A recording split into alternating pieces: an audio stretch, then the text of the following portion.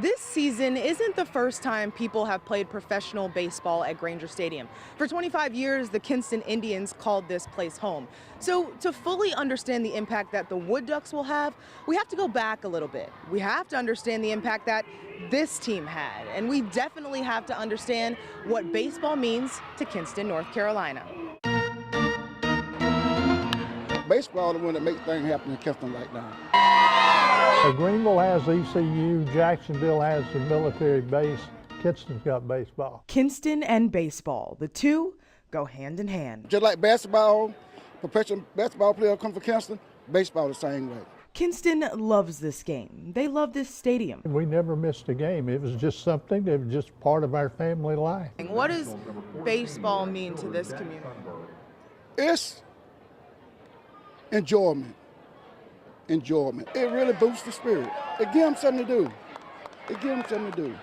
And when the baseball was gone, Kinston was dead. Enjoyment and entertainment at a time when the city needs it most. You know, we lost a lot of the manufacturing plants. We lost other things, but we kept professional baseball. All the industrials gone and everything up, DuPont, all the other factory stuff gone. Baseball is the only thing that Kinston really have. That was the story years ago when the Indians were in town. Baseball meant pride, it meant fun. It also meant money and economic growth. So fast forward to today, the Wood Ducks era, and you'll find a management team that knows exactly how much impact they have on this community. Our operating budget per year is over $1 million, so if we can spend that money within the market, we know what kind of economic impact that will have. That's why the team contracts locally as much as possible. Signs, seasonal workers, and catering. We do the majority of the games. I think it's an economic shot in the arm to this area, and it's really great having the Wood Ducks here. A local vendor serves all the team meals, an idea the GM calls a no-brainer. That's kind of putting our money where our mouth is as well. That we're trying to spend locally and support as many local businesses as we can. So while it's hard to tell exactly how much impact the Wood Ducks will have, it's clear they're in the ballpark somewhere, and locals are confident this team will deliver in more ways than one. I think it's the fact that we lost it, now we got it back, and we're going to cherish it and take care of it. The Wood Ducks consider themselves a piece of the puzzle. The GM tells me in no form or fashion are they the only organization that is going to help Kinston's development. In Kinston, Zora Stevenson, 9 on your side. I'm going to read from Mark, the 9th chapter. Churches in the Black community are more than just a place to practice faith. James and John means a lot to me. It keeps me connected. During the Civil War era, just like today, the Black church offered a safe haven to its congregation. There was a lot that needed to be held on to because we're talking about people coming from out of slavery. And a lot of those people, after fleeing the trials and tribulations of a master and working on a plantation, made New Bern, North Carolina their home. What we miss more than anything is that Craven County had the highest population of free African Americans in the state. With so many freed Blacks in the area, they needed a place to worship. So it's no surprise that the first AME Zion congregation in the South was right here in New Bern.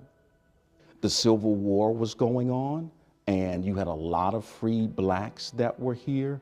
And so this was a prime opportunity to pull some congregations together for the AME Zion Church, which is known as the Freedom Church. The Freedom Church, which eventually turned into the People's Church. As the church progressed, they got pews. Reverend Robert Kelly says this church was a hub in the Craven County community. A hub that still stands today, first built over 100 years ago, burned down in the 1920s, and later rebuilt. A piece of history in the middle of downtown New Bern. Not only because we are sort of proud of the history of this church, we are humble. We are very humble. Carthenia Mann is a longtime church member. For decades, she's called St. Peter's home. It brought people together. They could come here to worship. She loves her faith, just like so many others do. Notice that parents and grandparents would say, but I still have my faith. I still have my trust in God that everything is going to be all right. And a voice came out of the clouds saying, in New Bern, Zora Stevenson, 9 on your side. It's another busy morning along John Small Avenue in Washington. it's even busier in here. Mom Squirrel, good morning. And there's one woman at the center of all the hustle and bustle. About 30 years I've been doing this. She runs a tight shift. She gets a little fussy, but she's Miss Helen. I like to get them in, get them out, get them in, get them out. And that makes them feel good. Mom's Grill is probably most famously known for their cheddar biscuits. Miss Helen says it's the sharp cheddar cheese that makes all the difference. Other than that, she's not giving up her secret recipe. I just can tell you that the key to the biscuits is the sharp cheddar cheese. That's the key. One of the keys, but the other one we don't do. We don't give. To perfect it, you'll never do it.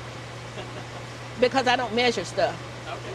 I just dump it in. Interesting. And most of the time, I never taste it.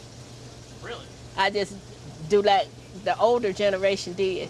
I just say, well, it looks like it's enough, so I think it's okay. So, just how many biscuits does Miss Helen make? Cheese biscuits, anywhere from nine on weekdays, Saturdays, 12 to 13 or more, and it's 24 to the pan. That's 200 to 300 a day if you do the math. That doesn't even count the regular biscuits. Oh boy, they're delicious. Everybody comes here to get the biscuits. Eat one of them, you'll want another one. But it's Miss Helen's connection to people that's even more special. Hey, Miss Helen, how you doing? How you doing? I'm doing good. Yeah. Most of them know if they come here in a bad mood, they're going to leave in a good one. Because we're going to make them laugh. That's one of our regulars. She's been coming here forever. I would say 85% of the people are regulars. They come in every day, just about, so you get familiar with them. I already know what they're going to order. Already know. I've been here long enough that we got a one-on-one relationship.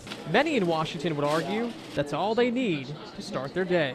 I just enjoy coming here.